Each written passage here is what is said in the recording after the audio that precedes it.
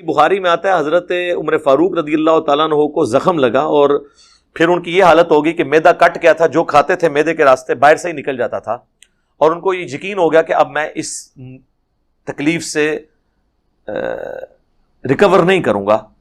تو عبداللہ بن عمر کہتے ہیں کہ ان دنوں میں انہوں نے کہا کہ میں اپنے بعد اس امر خلافت میں 6 بندوں کے سوا کسی کو اہل نہیں سمجھتا جن سے رسول اللہ اپنی وفات تک راضی رہے۔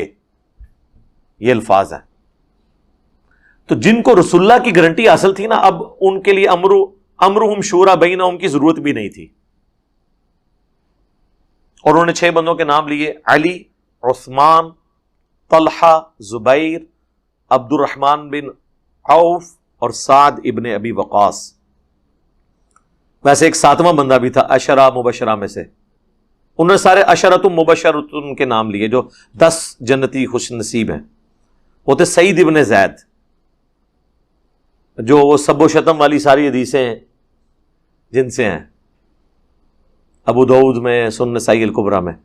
تو وہ چونکہ حضرت عمر کے بہنوئی تھے اس لیے انہوں نے ان کا نام نہیں لیا، اور پھر اپنے بیٹے کی دلجوئی کے لیے کہا کہ میرے بیٹے عبداللہ ابن عمر کو بھی مشورے میں شامل کر لینا، لیکن اس سے کوئی خلیفہ نہ چنے، کیونکہ وہ ڈکٹیٹرشپ نہیں چاہتے تھے۔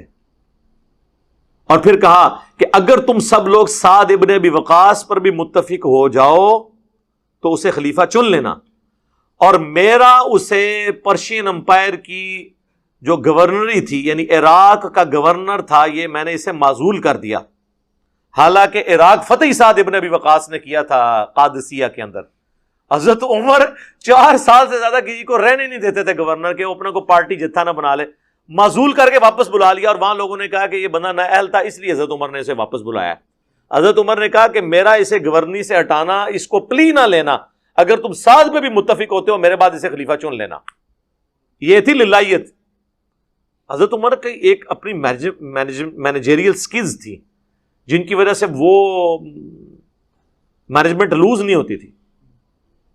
اور صحیح مسلم میں بھی یہ حدیث ہے، اس میں 6 بندوں کے نام نہیں ہے، بخاری میں تو نام ہے، اس میں صرف یہ آیا کہ حضرت عمر نے ایک خواب دیکھا کہ مجھے ایک مرغے نے خواب میں 3 ٹھونگے ماری ہیں، اور انہوں نے کہا کہ، اور یہ ان کا آلموسٹ آپ سمجھ لیں آخری خطبہ تھا جو انہوں نے دیا حج سے واپسی پہ مدینہ شریف کے اندر، اور کہا کہ میں نے یہ خواب دیکھا ہے۔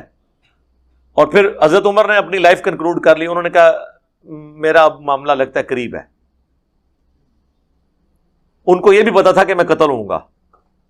ہاں جی، صحیح مسلم میں حدیث ہے، حضرت ابوبکر، عمر، عثمان، علی، طلحہ، زبیر یہ حضور کے ساتھ احد پہاڑ پہ چڑھے تو وہ کانپنا شروع ہو گیا، تو انہوں نے کہا، نبی علیہ السلام نے کہا احد تھم جا، اس وقت تجھ پر نبی، صدیق اور شہداء کے سوا کوئی نہیں ہے۔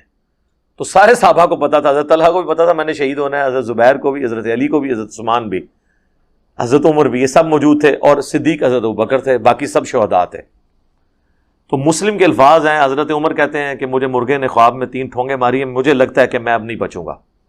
یہ ساری حدیثیں میں نے کربلا والے ریسرچ پیپر میں بھی پس منظر میں ڈالی ہیں۔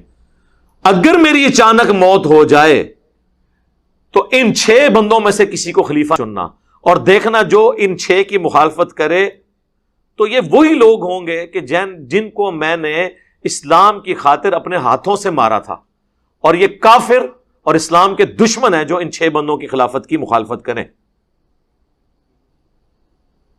ہے مسلمانوں میں ہیں، لیکن حضرت عمر سے مارے کھائی ہیں جب وہ کافر تھے۔ اب یہ لوگ کون ہیں؟ حضرت عمر کے بیٹے سے ہی پوچھ لیتے ہیں۔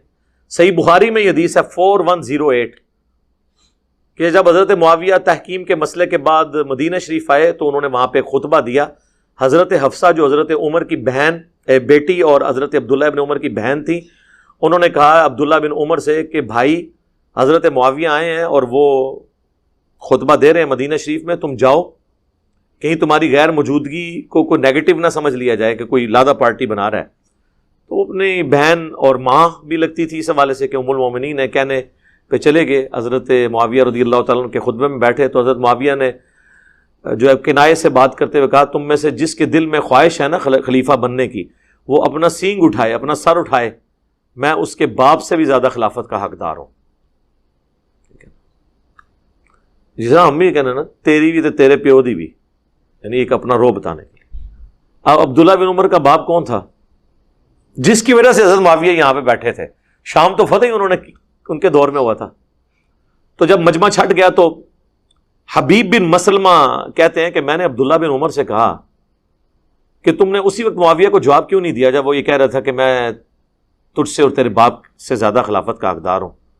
تو حضرت عبداللہ بن عمر نے کہا میں نے ارادہ کیا میں اپنی گھوٹ کھولوں، یعنی احتبا کر کے دونوں گھٹنوں کو یوں کر کے بیٹھے تھے، اور میں ایسے بڑے مجمع میں کہوں کہ تجھ سے زیادہ خلافت کا حقدار وہ ہے جس نے تجھے اور تیرے باپ کو اسلام کی خاطر مارا ہوا ہے. اور امام بخاری اس حدیث کو غزوہ خندق کے چیپٹر میں لے کے آئے یہ بتانے کے لیے کہ خندق کے موقع پر عبداللہ بن عمر مسلمانوں کی طرف سے لڑ رہے تھے اور حضرت معاویہ اور ان کے والد کافروں کی طرف سے تھے. تو حضرت عبداللہ بن عمر نے کہا کہ ہم تو وہ ہیں جنہوں نے اسلام کی خاطر تجھے اور تیرے باپ کو جنگوں میں پٹائی کی ہوئی ہے، اور آج تو بعد میں مسلمان ہو کر یا طلقاء کہہ لیں یا جو بھی سلسلہ فتح مکہ کے بعد مسلمان ہو کے تو ہمیں چیلنج کر رہا ہے کہ تو ہم سے اور ہمارے باپ سے زیادہ خلافت کا حقدار ہے. اور پھر عبداللہ بن عمر کہتے ہیں لیکن پھر مجھے جنت کی نعمتیں یاد آ گئیں کہ بھائی جنت میں مسلمان کے لیے دنیا میں تو فتنے سے گزرنا پڑے گا. پھر میں خون ریزی اور فتنے کے ڈر سے خاموش ہو گیا. اور حبیب بن مسلمہ کہتے ہیں کہ عبداللہ بن عمر نے خاموش ہو کے اپنی جان بھی بچا لی اور عزت بھی بچا لی. یہ صحیح بخاری کے الفاظ ہیں 4108. ایک ماموں نے دوسرے ماموں سے اپنی عزت اور جان بچائی. کہتے ہیں نا خال المومنین. تو عبداللہ بن عمر خال المومنین نہیں ہے، مومنین کے ماموں نہیں ہیں، ان کی بہن نہیں ہے حضور کی بیوی. ٹھیک ہے، بس اس طریقے سے رشتے نہیں بنتے نا، تو زبردستی کے بناتے ہیں. تو میرے بھائی اس طرح کے یعنی معاملات